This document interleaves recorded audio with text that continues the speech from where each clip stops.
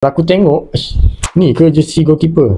Jersey mesh yang lengan panjang macam baju tidur pun ada.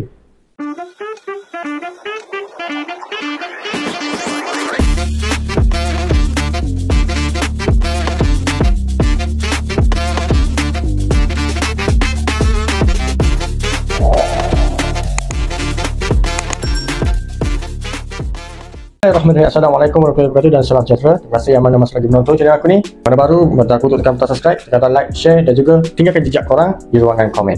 Okay, semenjak 2 minggu ni perkembangan jersey agak slow lah. Kita faham kalau di Malaysia memang dah hujung-hujung season, memang tiada lah jersey-jersey yang baru dikeluarkan, tak ada jersey-jersey yang kita boleh cover.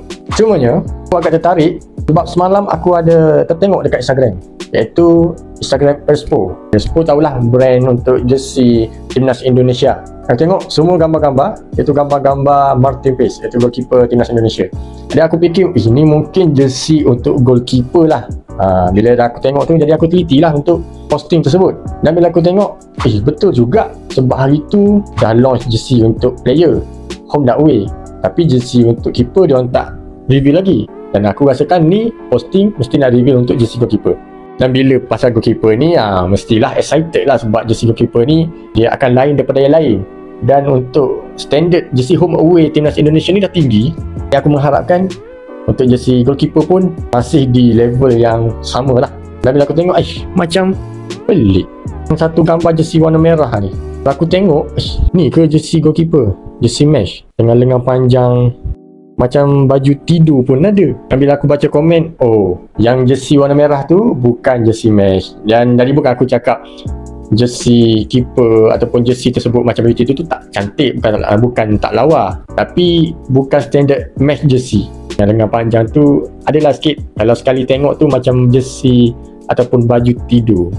Tapi apapun, kalau jersey pre-mesh, bagi aku itu dah cukup memadai lah. Dia jersey pre-mesh tak boleh over atau lebih daripada jersey mesh. Dan katanya jersey mesh tak keluar lagi kan. Jadi simpan expectation tu. Dan untuk jaket, nice, jaket mai. Dan cuma aku nak sentuh lah tentang Perspo ni, dia punya marketing sangat-sangat international level lah. Itu yang kelebihan untuk Timnas Indonesia dan juga Perspo.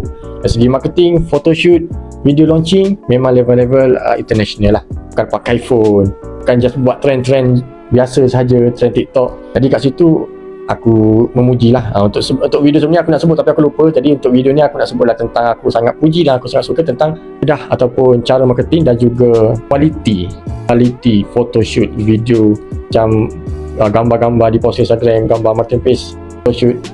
Jadi sangat-sangat berkualiti lah. Dan bukan jersey mesh untuk goalkeeper, maknanya aku kena tunggu lagi lah. Aku nak tunggu lagi bilakah launching yang jersey goalkeeper Timnas Indonesia.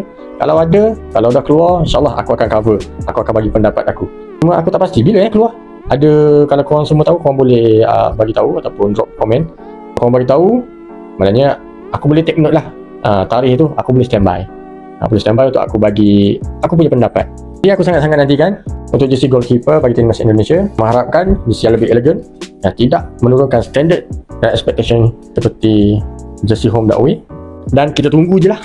Kita tunggu je lah macam mana. Dan apapun, korang dah ada ke bayangan-bayangan untuk jersey goalkeeper, korang drop komen di bawah. Jadi, itu saja. Thanks for watching. Assalamualaikum.